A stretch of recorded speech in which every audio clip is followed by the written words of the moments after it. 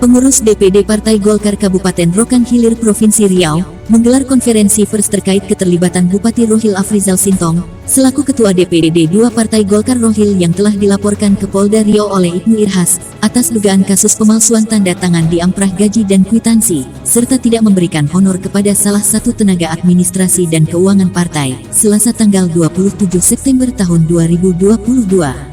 Bertempat di kantor Golkar Rohil, Jalan Kecamatan Batu 4 Bagan Siapi-api, konferensi pers pengurus DPD Golkar Rohil tersebut secara langsung dipimpin oleh Sekretaris DPD Golkar Rohil Wisben Duari Tambun Saribu SE, didampingi Heriadi Bustam SH, Wakil Ketua Hukum dan HAM Golkar serta pengurus lainnya.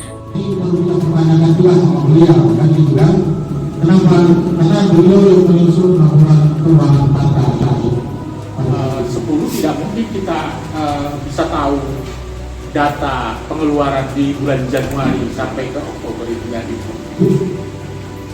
Kasih ini dia tidak mau meminta maaf kepada kita dengan melalui media, ya kita tentunya ke jalur hukum untuk menindaklanjuti. Kita untuk kepengurusan yang terbaru pada saat itu masih pengurus PLP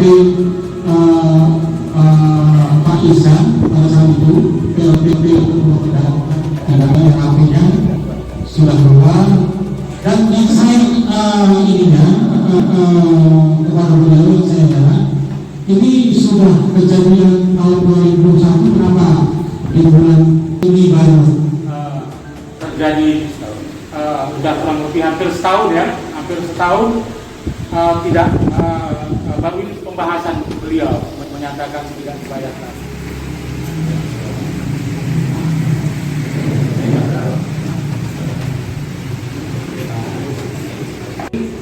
X garis miring 2021. Beliau itu sudah mantan lah katakan mantan administrasi Partai Golkar. Kita minta juga kepada beliau supaya yang selama ini kurang baik kedengarannya.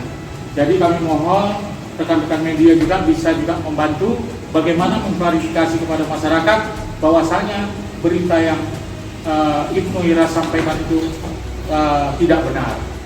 Jadi kami punya wewenang itu sebenarnya di terbitnya SKK ini tadi. Jadi mohon kepada rekan media sama-sama untuk membantu mengklarifikasi bahasa kita juga Pak. Jadi cukup ini saja yang bisa kami sampaikan. Barangkali ada yang mau sampaikan Pak, ada tidak Pak? Saya menguraikan dulu kronologis masalahnya, yaitu dari dulu Golkar itu tak pernah, artinya tidak pernah ada yang yang tidak diselesaikan apapun bentuknya, misalnya termasuk gaji apalah semua tetap diselesaikan oleh pengurus-pengurus partai. Artinya tidak pernah pengeluaran, pembayaran atau administrasi yang ada sebelum itu. Tentu beliau kan bukan belum dia menjadi pengurus Golkar itu semasa itu. Dan kalau misalnya mau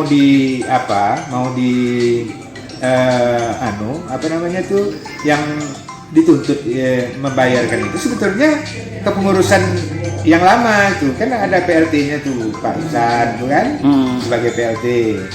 Sementara beliau seperti yang telah saya sampaikan sebelumnya, teman-teman wartawan juga tadi ada bertanya masalah itu. Terserah orang itu. Kalau orang itu mengelak, menolak dan segala macamnya, ya terserah mereka. Tapi yang jelas, saya sudah melaporkan hal ini ke Polda. Saya sudah buat laporan, saya sudah serahkan bukti. Saya pun sudah di BAP. Jadi kalau mereka terserah mereka. Yang penting saya sudah laporkan, saya menuntut hak saya menuntut keadilan. Baik Pak, terkait di situ juga dinyatakan apabila Bapak tidak melakukan permintaan maaf dalam waktu dekat, maka persoalan itu akan dibawa ke pihak berwajib Pak, seperti pencemaran nama baik. Bagaimana tanggapan Bapak terkait hal itu? Itu terserah mereka, silahkanlah. Nah, yang penting saya menuntut hak saya. Saya menuntut keadilan habis, tidak ada yang lain. Baik Pak, bisa Bapak jelaskan dulunya Bapak di Golkar itu sebagai apa Pak? Itu kalau tahun 2021 kan itu ada dua kepengurusan. Saya bertugas dari zaman Bang Isan, itu PLT, itu berakhir 2021 itu berakhir bulan 7 31 Juli kami musda. Jadi setelah itu kepengurusan baru, saya tidak lagi bertugas di situ.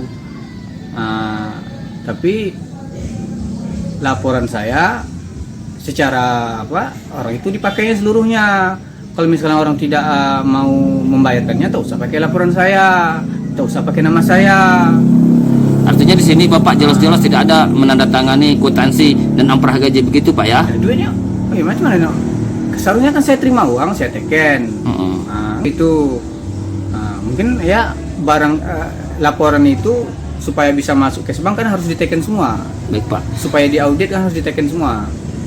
Baik. Terima kasih Pak atas waktunya Pak. Reporter Palapa TV Alek Marzen mengabarkan.